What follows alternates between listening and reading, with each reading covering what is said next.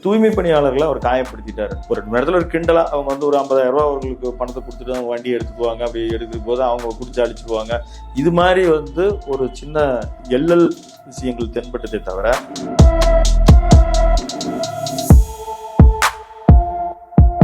ஒரு 15 லட்சம் பேருக்கிட்ட அவர் வந்து ஒரு கருத்தை உருவாக்குகிறார்னு வைங்க. அவர் ஆதரவோ எதிர்பார்த்த ஒரு நிலையை உருவாக்குறாருன்னு வைங்க. இது எப்படி ஒரு கட்சியினுடைய வெற்றி வாய்ப்பை பாதிச்சிடும்?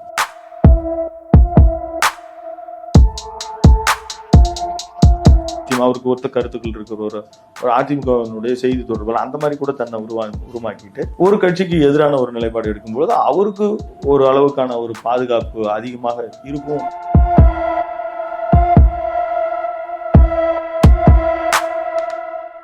அறம் தமிழ் நேயர்களுக்கு வணக்கம். பிரபல யூடியூபர் சவுக் சங்கர் தூய்மை பணியாளர்களை பற்றி அவதூறு கருத்துக்களை பரப்பியதால் அவர் வீடுகள் மீது தாக்குதல் நடத்தப்பட்டுள்ளது. இது பற்றி பேச நம்முடைய இணைந்திருக்கிறார் அறம் தமிழ் எடிட்டர் திரு விஜயராகவன் அவர்கள். சார் வணக்கம். வணக்கம் ராமகிருஷ்ணன். சவுக் சங்கர் மீதும் அவங்க குடும்பத்தின் மீதும் நடத்தப்பட்ட தாக்குதல் ஊடகத்தின் மீது உள்ள கருத்து சுதந்திரத்துக்கு எதிராக நடத்தப்பட்ட தாக்குதலா பாக்குறீங்களா? நிச்சயமா இது வந்து ஒரு ஊடகத்தின் மீது ஒரு இன்வெஸ்டிகேஷன் ஜேர்னலிஸ்ட் மாதிரி அவர் பண்ணிட்டு இருக்காரு. ஆக்சுவலா ஜேர்னலிசம்ன்றது வேற, இந்த யூடியூபர்ன்றது வேற. பட் இப்போ எல்லாம் கம்பைன் ஆயிடுச்சு. தொடர்ந்து அவர் வந்து இந்த மாதிரியான ஒரு இன்வெஸ்டிகேஷன் விஷயங்களை, ஊழல் குற்றச்சாட்டுக்களை அவர் சொல்லிட்டு இருந்தார். சவுக்கு சங்கர் அவர்களுடைய கடந்த காலத்தினுடைய எழுத்து வடிவங்களையும் அவர் வந்து இணையதளங்கள் எழுதும் போதும் பல்வேறு விஷயங்கள்ல அவர் தன்னுடைய நிலைப்பாட்டை ரொம்ப காட்டமா அவர் சொல்லி எழுதி வந்துட்டு இருந்தார்.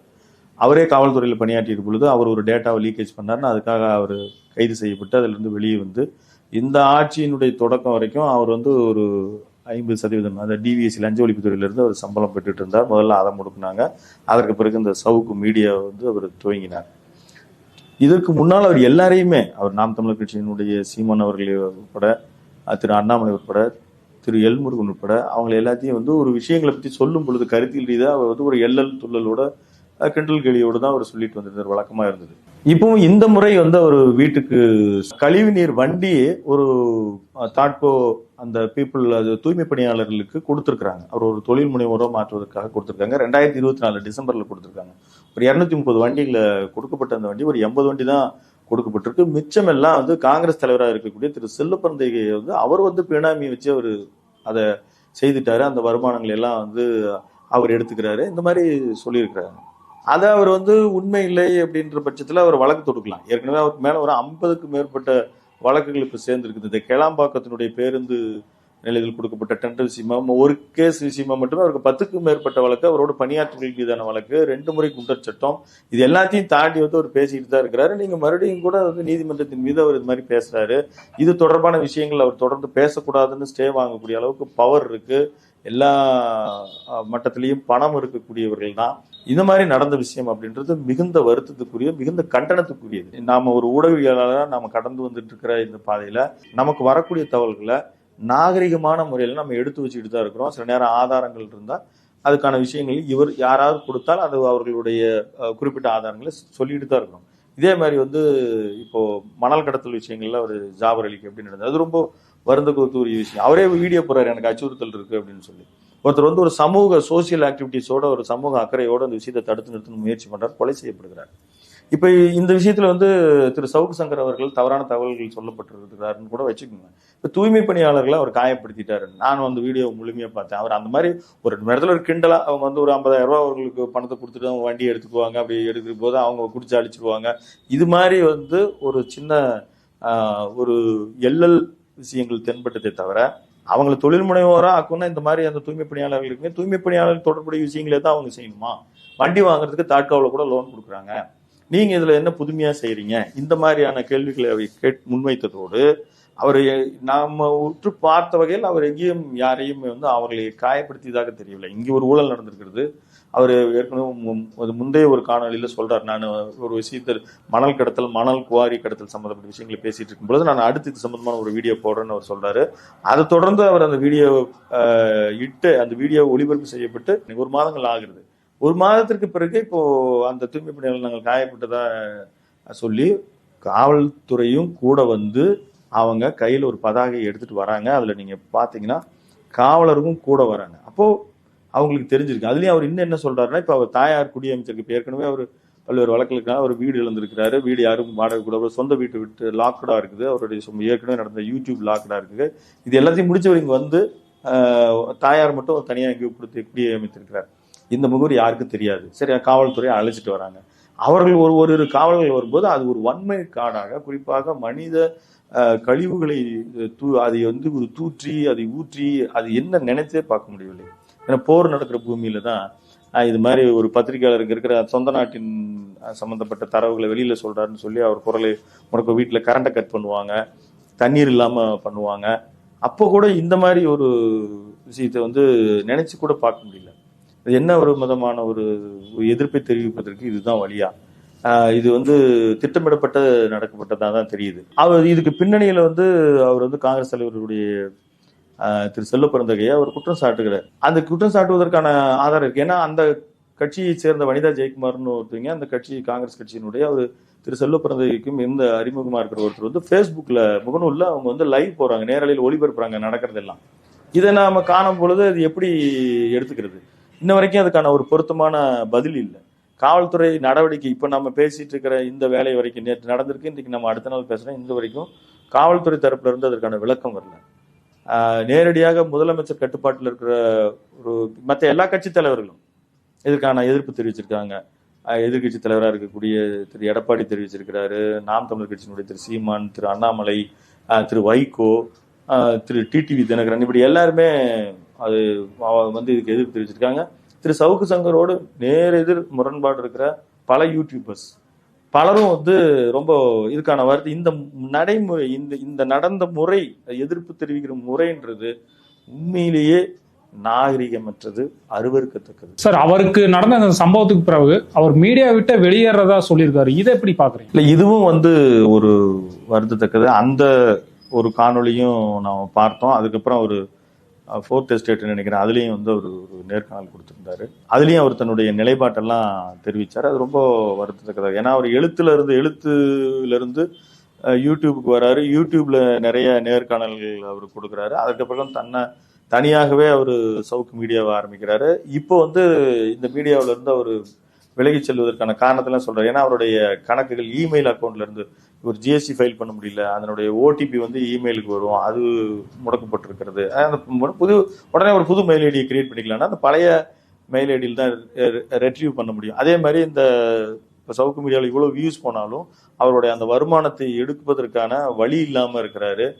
நண்பர்களோட உதவியோடு தான் நான் வாழ்ந்துட்டு இருக்கிறேன். எந்த விதமான ரெவின்யூவும் என்னால் முடியல, இனி என்னால் நடத்த முடியல, அலுவலகம் தரமாட்டாங்க. ஸோ இது வேறு வழி இல்லாமல் அவர் வெளியேறுகிறார்.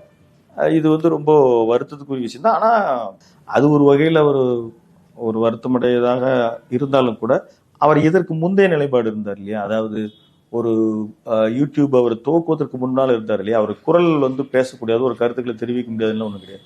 அவர் முன்பு போல் எழுத்துலையும் அல்லது இந்த வீடு இருப்பவர்களுக்கு ஒரு வீடு, இல்லாதவர்களுக்கு நிறைய வீடுன்ற மாதிரி இப்போ ஒரு மீடியா அவருடைய மீடியா டிராப் பண்ணிட்டாரு. ஆனால் தொடர்ந்து அவர் எல்லா மீடியாக்களிலையும் அவர் பேசலாம். அதை வந்து ஒன்றும் பெரிய தடை இல்லை, தொடர்ந்து அவர் இயங்கலாம் அப்படின்றது தான். இப்போ பல கருத்துக்கள் திரு சவுக்கு சங்கரோடு எனக்கும் அல்லது பலருக்கும் உடன்பாடு இருக்காது. இருந்தாலும் ஒரு விஷயத்தை சுட்டி காட்டுவதில், ஒரு தரவுகளை சேகரித்து சமூக அக்கறையோடு அவர் ஒரு கிண்டல் கேலிகள் அவர் எல்லாரையுமே தான் அப்படி பண்றாரு. திரு சீமான் அவர்கள் கூட அதிபர் அப்படின்ற மாதிரி போஸ்டிங் போடுவோம்.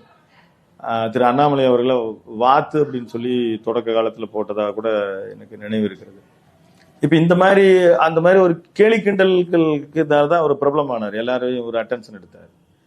அப்படி இருந்தனால இவர் இந்த மீடியாவை டிராப் பண்ணாலும் முன்பு போல் எல்லா மீடியாக்களையும் பேசுவதை தொடர்வார்னு நம்ம எதிர்பார்க்கிறோம். சார், அவர் முன்வைக்கிற கருத்துக்கள்ல கருத்து வேறுபாடுகள் நமக்கு இருந்தாலும் இனி வர்ற காலத்துல அவர் எப்படி ஸ்டெப் எடுக்கணும்னு நீங்க நினைக்கிறீங்க? எப்படி ஸ்டெப் எடுத்து வைக்கணும்னு நம்ம சொல்ல முடியாது. ஏன்னா நம்ம தொடர்ந்து கண்காணிச்சு வரன்ற வகையில அவர் தொடர்ந்து இயங்க வேண்டும் அப்படின்னு தான் நம்ம சொல்ல முடியும். ஆனா அவர் மீது வந்திருக்கிற வழக்குகள் சில நேரங்களில் தனிப்பட்ட கஞ்சா வழக்கு போட்டிருக்கிறாங்க, குண்டாஸ் போட்டிருக்காங்க. குண்டாஸ் போடும்போது நீதிமன்றம் வந்து ஏன் தொடர்ந்து சவுக்கு சங்கர் குறிவைக்கப்படுகிறார் அப்படின்ற கேள்வி எல்லாம் கேட்கப்பட்டது.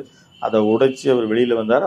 அவருக்கு எவ்வளவு தூரம் ஆதரவு இருக்கிறதோ அந்த அளவுக்கு வந்து கொஞ்சம் அவருக்கு பல கட்சிகளில் எதிர்ப்பு இருக்கத்தான் செய்யுது. சிலர் ரசிக்கவும் தான் செய்கிறாங்க. உதாரணத்துக்கு அவருடைய பேசக்கூடிய கருத்துக்கள் அதிகபட்சம் ஒரு 10 லட்சம் வியூவர்ஸ் போகுதுன்னு வச்சுக்கோங்களேன். 2 லட்சம் 5 லட்சம் 10 லட்சம் வியூஸ் போகுது. ஆனால் அதிமுக எல்லாம் ரொம்ப ஆச்சரியப்படுத்த வகையில் அவங்களுக்கு இருக்கிற ஓட் பேங்க் எவ்வளோ 2 கோடி தொண்டர்கள் இருக்கிறதா சொல்றாங்க. அவங்களுக்கு கிடைக்கக்கூடிய அதிமுகவுக்கு 1.5 கோடி தொண்டர்கள் இருக்கிறதா சொல்றாங்க. வெப்சைட்ல போய் பாருங்க, அவங்க அப்படி சொல்றாங்க. அவங்களுக்கு ஒரு 90 லட்சம் 1 கோடி வாக்குகள் வந்து ஸ்டாண்டர்டா வருதுன்னு வச்சுக்கோங்க. இப்போ இந்த 10 லட்சம் பேர்கிட்ட திரு சவுக்கு சங்கர் கொண்டு போய் சொல்றாரு. அவர் ஒரு மவுத் டாக் மூலமா இன்னும் ஒரு 5 லட்சம் பேர்கிட்ட போகுது. ஒரு 15 லட்சம் பேருக்கிட்ட அவர் வந்து ஒரு கருத்தை உருவாக்குகிறாருன்னு வைங்களேன். அவர் ஆதரவோ எதிர்பார்த்த ஒரு நிலையை உருவாக்குறாருன்னு வைங்க. இது எப்படி ஒரு கட்சியினுடைய வெற்றி வாய்ப்பை பாதிச்சிடும். ஆனா சகிப்புத்தன்மை இல்லைன்னு தான் நம்ம சொல்லணும். அப்ப அவரு எப்படி இயங்கணும் அப்படின்னு நம்ம சொல்ல முடியாது. அதாவது முழுக்க முழுக்க ஒரு ஊடகவியலாளர் அவர் தன்னைத்தானே வடிவமைத்துக் கொண்ட விதம் தான். ஒரு இன்வெஸ்டிகேஷன்ல அவருக்கு ஒரு இன்ட்ரெஸ்டிங் இருக்கு. ஊழல்களை அம்பலப்படுத்துவதில் அவருக்கு ஒரு முனைப்பு இருக்கு. அதுல இன்னைக்கு ஏதாவது ஒரு சார்பு நிலையை எடுத்திருக்கிறாரு. அதிகமா அதிமுக தொடர்புடைய விஷயங்கள்ல அவர் ஒரு சார்பு எடுத்திருக்கிறாரு. ஏன்னா அதிமுகவினுடைய பிரமுகர்களுடைய திருமணத்தில் போய் கலந்துக்கிறாரு. அவர்கள் தொடர்ந்து பேட்டி எடுக்கிறாரு. கடந்த நாடாளுமன்ற தேர்தலின் போது கூட அவர்கள் திரு எஸ்பி வேலுமணி உட்பட அதிமுக பிரமுகர்கள் மட்டும் ஒரு ஆக்சஸிங் அவருக்கு கொடுக்குறாங்க. அப்போ இந்த மாதிரி அவர் இருக்கும் பொழுது இன்னும் திடமா நான் இயங்கணும் அப்படின்னு அவர் நினைச்சா நம்ம வந்து ஒரு யோசனை வேணா சொல்லலாம். அவருக்கு ஒத்த கருத்துக்கள் இருக்கிற ஒரு அதிமுகவினுடைய செய்தி தொடர்பாளர் அந்த மாதிரி கூட தன்னை உருவாக்கிட்டு ஒரு கட்சிக்கு எதிரான ஒரு நிலைப்பாடு எடுக்கும்பொழுது அவருக்கு ஒரு அளவுக்கான ஒரு பாதுகாப்பு அதிகமாக இருக்கும் அப்படின்னு நம்ம நினைக்கலாம். ஏன்னா அவர் இப்ப தன் ஊடகத்தை விட்டு நான் விலகுவதற்கு, அதாவது தான் நடத்தி கொண்டிருக்கிற ஊடகத்தை விட்டு அவர் விலகுவதற்கு சொல்லப்படுகிற மிக முக்கிய காரணம் என் தாயாரினுடைய உயிரை பணையம் வைத்து நான் இதை நடத்தணுமா அப்படின்னு அவர் கேட்கிறார். நியாயமான கேள்வி. அவங்களுக்கு ஒரு அச்சுறுத்தல், தான் பாதிக்கப்பட்டா நான் தாங்கிக்குவேன், தன்னை சுற்றி இருப்பவர்கள் பாதிக்கும். இதை வந்து என்னைக்குமே எந்த ஒரு எதிர்வு நிலையில இருக்கக்கூடிய அரசியலினுடைய ஒரு அப்ரோச்சஸ் தான். ஒரு கார்பரேஷன் இருக்கு, அந்த கார்பரேஷன்ல ஒரு 100 சீட் இருக்கு, 51 சீட் இருந்தா மேயர் ஆகலாம் அப்படின்னா ஒரு 45 சீட்டு ஜெயிச்சிருக்காங்க, ஒரு 5-6 சீட்டு எதிர்கட்சியிலையோ அல்லது வாய்ப்பு இருப்பவர்கள், குறிப்பா அரசு ஊழியர்களாக அவங்க குடும்பத்தை சேர்ந்தவங்க யாராவது ஒருத்தர் இருந்தாங்கன்னா எதையாவது ஒன்று போட்டு த்ரெட் பண்ணி அவங்கள மிரட்டி இங்க கொண்டு வந்துருவாங்க. சரி, இந்த மாதிரி ஒருத்தர் நேரடியாக தாக்குறாங்க, அவங்க அச்சப்படலை, அதுக்கு அடுத்து வந்து அவங்களை சுற்றி இருக்கிறவங்க தான் தாக்குவாங்க. ஸோ இப்போ அந்த மாதிரி இருக்கிறவங்களுக்கு தனித்து இயங்கக்கூடாது. என்னாலதான் இது தனியா முடிஞ்சது அப்படின்றது தனித்து இயங்கக்கூடாது. அவர்கள் ஒரு குழுவாக ஒரு குழுவோடு இணைந்து, அது குழுவோ கட்சின்னு நான் சொல்ல வரேன், அவருக்கு ஒத்த கருத்துக்களுடைய ஏதேனும் ஒரு கட்சியோடு சேர்ந்து இயங்கலாம். தொடர்ந்து அவர் தன்னுடைய முந்தைய நிலைப்பாட்டில் இருக்கிற மாதிரி அவர் பல்வேறு ஊடகங்களுக்கு சந்தித்த ஒரு பேட்டி கொடுப்பதன் வழியாகவும் தன்னை அவர் தகவமைத்துக் கொள்ளலாம் அப்படின்னு நான் நினைக்கிறேன். உங்க கருத்து பதிவுக்கு மிக்க நன்றி சார். நன்றி, வணக்கம். இணைந்திருங்கள் அறம் தமிழுடன்.